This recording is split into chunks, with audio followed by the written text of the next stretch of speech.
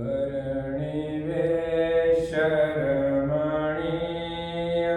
दर्शनम्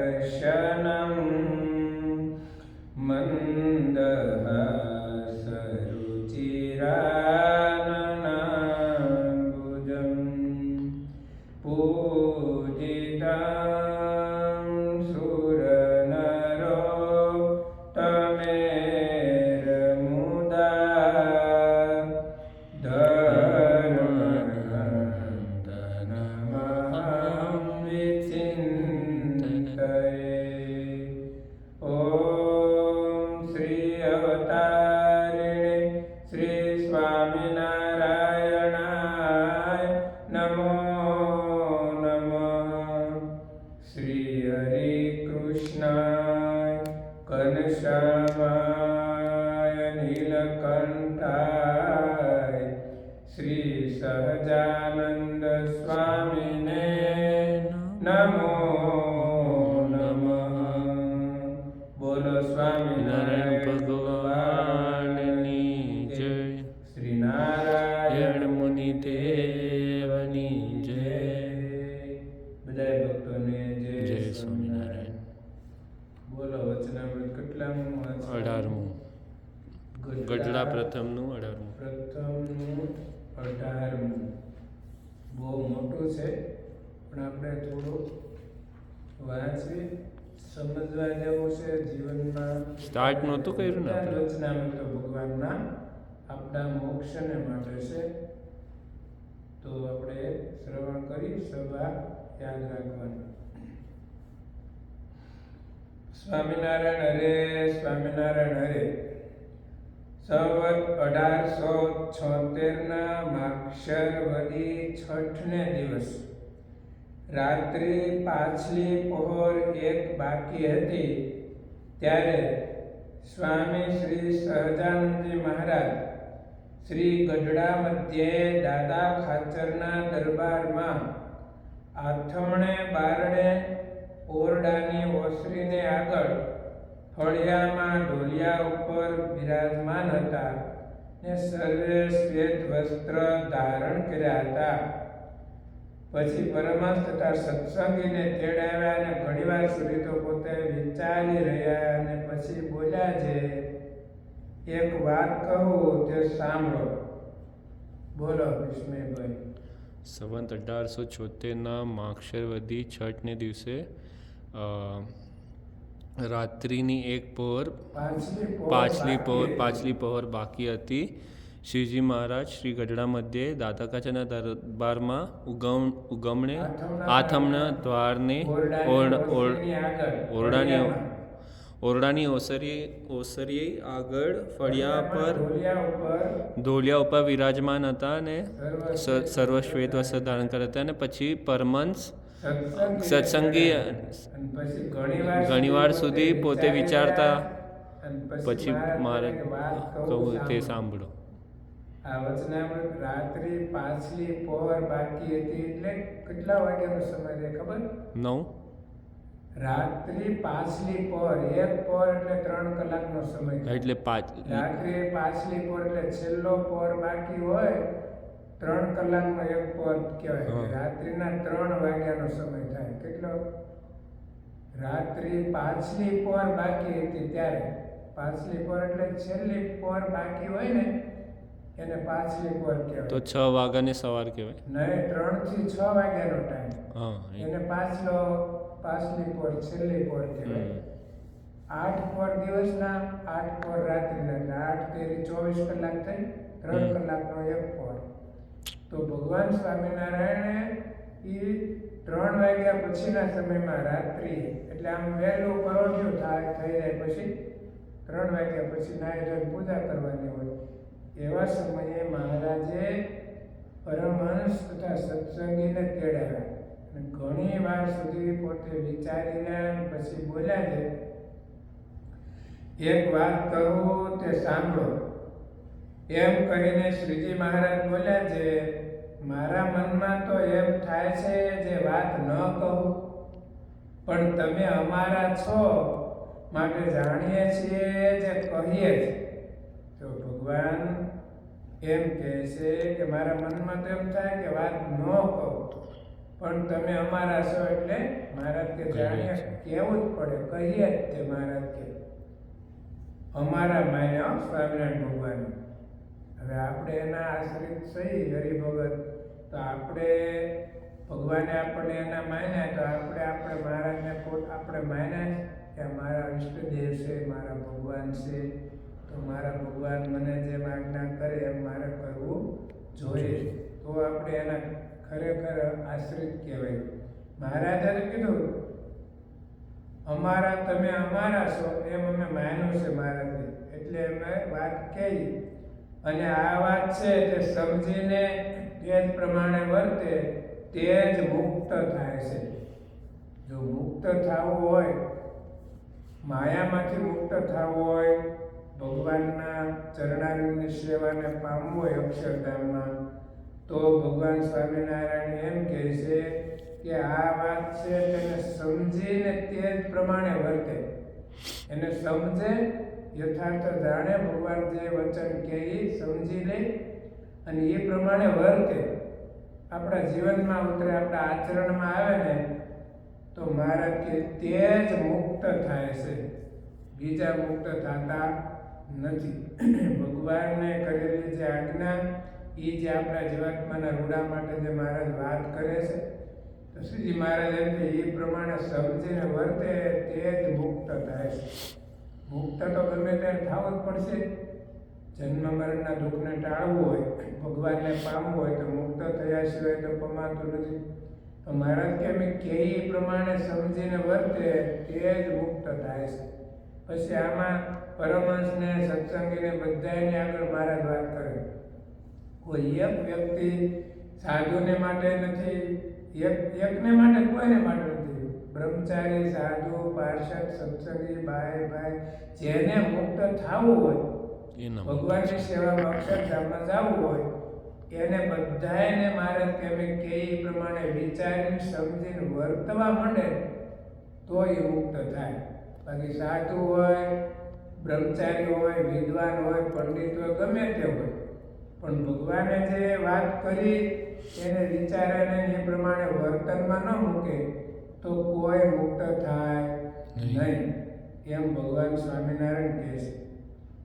અને તે વિના તો 4 વેદ, ષટશાસ્ત્ર, 18 પુરાણ અને ભારતાદિક ઇતિહાસ તેને ભણવે કરીને તથા તેના અર્થને જાણવે કરીને અથવા તેને શ્રવણે કરીને પણ મુક્ત થાય નહીં. લ્યો, કેટલી ઊંચી વાત કરી ભગવાન સ્વામિનારાયણે કે મહારાજ કે વેદ, 4 વેદ, એક વેદના ભગવાન વેદ વ્યાસે 4 વિભાગ કર્યા. સામવેદ, યજુર્વેદ, અથર્વવેદ, ઋગ્વેદ, આ 4 વેદ.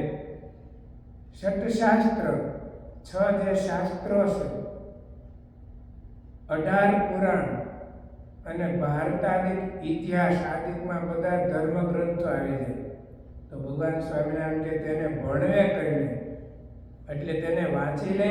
આ જેટલા ભગવાને વેદ, ષટશાસ્ત્ર, 18 પુરાણ, ભારતાદિક ઇતિહાસ બધા શાસ્ત્રોને ભણવે, એટલે ભણવું એટલે વાંચવું, શીખવું, ભણવું, વાંચવું, એણે કરીને તથા એના અર્થને જાણવે કરીને. બધા એના અર્થ જાણતા હોય.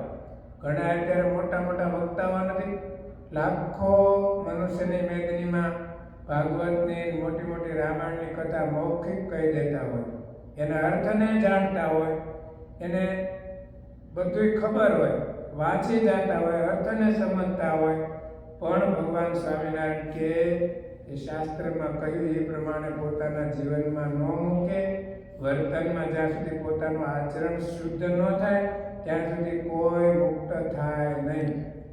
અને જેનું આચરણ શુદ્ધ નથી, શાસ્ત્ર પ્રમાણે જેનું જીવન નથી, એ ગમે એવી મોટી કથા કરે તો એને કરીને મહારાજ કે કોઈ જીવનું કલ્યાણ થાય નહીં. શું કામ? પોતાના કામ ક્રોધાદિક દોષ ન ટળ્યા હોય, પોતાને પંચ વિષયની ભોગની ઈચ્છાઓ હોય, જગતના સુખની, તો એ બીજાને ગમે એટલો ઉપદેશ કરે પણ પોતાના જીવનમાં જ નથી ઉતારેલી વાત, તો બીજાને ક્યાંથી ઉતરે? એટલે મહારાજ કીધું કે એવાના મુખેથી ગીતા બાબત જેવા શાસ્ત્ર સાંભળે તો પણ કોઈ જેનું કલ્યાણ થાય નહીં. એ તો પોતાનું આચરણ શુદ્ધ હોવું જોઈએ, પોતાના વર્તનમાં એ વાત શાસ્ત્ર પ્રમાણે ભગવાને જે શાસ્ત્રોમાં આજ્ઞા કરી આચરણ કરવાની એ પ્રમાણે જીવન હોય તો બીજાને ઉતરણ બીજાનું કલ્યાણ થાય. એમ આપણા શાસ્ત્રો કહે. જો મહારાજે આમાં કાંઈ બાકી નથી રહ્યું, બધા જ ધર્મ ગ્રંથો આવી ગયા, વેદ પણ આવી ગયા. તો એને ભણવે કરીને એને વાંચી લે, એના અર્થને કદાચ જાણતા હોય અથવા એને શ્રવણે કરીને ભણ્યા હોય, સાંભળ્યું હોય, અર્થને સમજતા હોય તોય પણ મુક્ત થાય નહીં. તે વાત કહીએ તે સાંભળો, જે બહાર તો ગમે તેટલી ઉપાધિ હોય. હવે સુધી મહારાજ વાત કરે છે કે બહાર તો ગમે તેટલી ઉપાધિ હોય પણ તેનો જો મનમાં સંકલ્પ ન હોય તો તેનો અમારે ખરેખરો નહીં. ખરેખરામાં ખબર પડે એટલે દુઃખ કોઈને ત્યાં મરી ગયું હોય ને તો બધા ખરખરો કરવા જાય. પહેલા આપણે કોઈનું મૃત્યુ થાય ને પછી એને મોઢે જાય ને એને ખરેખરો કહેવાય.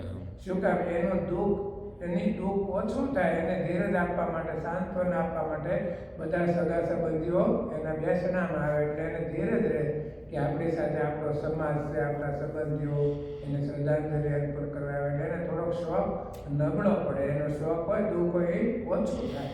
એટલે ભગવાન સ્વામિનારાયણ એમ કહે છે કે વાત કહીએ તે સાંભળો. બહાર ગમે તેટલી ઉપાધિ હોય પણ તેનો જો મનમાં સંકલ્પ ન હોય તો તેનો અમારે ખરેખરો નહીં, તો અમને એનું દુઃખ થાય નહીં. મનમાં સંકલ્પ એટલે મનમાં બહાર તમે ગમે એટલી ઉપાધિ, વ્યવહાર કાર્યમાં, ધંધા બિઝનેસમાં બધી રીતે અવરાઈ ગયેલા હોય પણ જો મનમાં એ સતત એની સંકલ્પ અને વાસના રહ્યા કરતી હોય તો એનું દુઃખ છે, એનો ખરેખરો થાય. જો આ મનમાં કાંઈ ન હોય તો એનો અમારે ખરેખરો નથી. સીધી મહારાજ કહે એટલે મનથી સંસારમાં વિરક્ત રહેવું પડે. જનક રાજાને જેમ મહારાજ કહ્યું બહુ મોટા રાજા હતા પણ મન તો મોટા યોગેશ્વરના જેવું હતું અને વિદેહી કહેવાનું. 3 દેહથી પોતાના આત્માને જુદો માનીને ભગવાનનું ભજન કરતા હતા. કોઈ દી પોતે દેહ રૂપે વર્તતા નહોતા. જેની બ્રહ્મરૂપની સ્થિતિથી સંસારમાં હતા, મોટા રાજા હતા. તો સુખદેવજી જેવાના પણ ગુરુ કહેવાના. એણે ગુરુ કર્યા જનક વિદેહીને. એટલે મહારાજા એમ કહે છે કે ટૂંકમાં મનમાં એની ઉપાધિ હોવી જોઈએ નહીં. તમે ગમે એટલી પ્રવૃત્તિ કરી હોય પણ એને મૂક્યું એટલે પછી એનો સંકલ્પ મૂકી દેવાનો, ભગવાનનું ભજન કરવાનું. અને અંતરમાં જો રંચ જેટલો પદાર્થનો ગાંઠ થાય તો તેનો ત્યાગ કરીએ ત્યારે નિરાંત થાય.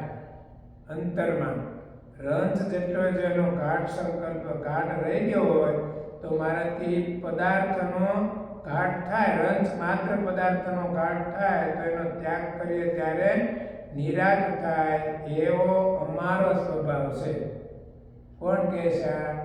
શ્રીજી મહારાજ કહે છે કે અમે હૃદયમાં એવો વિચાર કર્યો.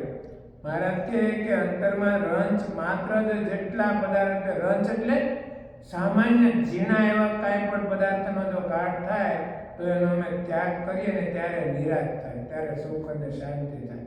અંતરમાં બધી વાસનાઓ ભરી હોય ત્યાં સુધી ભગવાનના સુખને કોઈ પામી શકે નહીં. મહારાજ કે એવો અમારો સ્વભાવ છે. માટે અમે હૃદયમાં વિચાર કર્યો છે ભગવાનના ભક્તના હૃદયમાં વિક્ષેપ થાય છે તેનું કારણ તે શું છે? હવે શ્રીજી મહારાજ મૂળ વાત કરે છે. આપણને બહુ સરસ સમજાવીને શ્રીજી મહારાજે કીધું કે તમે ગમે તેટલી વ્યવહાર કરો, પ્રવૃત્તિ કરો, કામકાજ, બિઝનેસ બધું કરો પણ મનમાં એનો સંકલ્પ હોવો જોઈએ નહીં, તો સુખ અને શાંતિ થાય. મહારાજ કે અમારો એવો સ્વભાવ છે. પછી અમે હૃદયમાં મહારાજ કેવો વિચાર કર્યો કે ભગવાનના ભક્તના હૃદયમાં કાંઈ પણ વિક્ષેપ થાય છે તેનું કારણ શું છે? વિક્ષેપ એટલે મોક્ષના માર્ગમાં જે દુષ્કર્મ આવે છે, બાધા આવે છે, એનું કારણ શું છે? તો એ શ્રીજી મહારાજ હવે આગળ વાત કરશે. એ કથા આપણે આવતીકાલે શ્રવણ કરીશું. સહજાનંદ સ્વામી મહારાજની જય.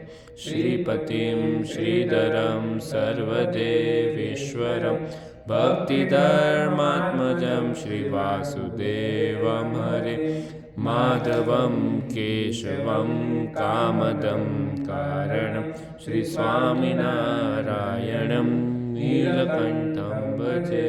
સહજાનંદ સ્વામી મહારાજની જય. 2 મિનિટ મહારાજની મુઠ્ઠી સંભાળીને ધૂન બોલવી.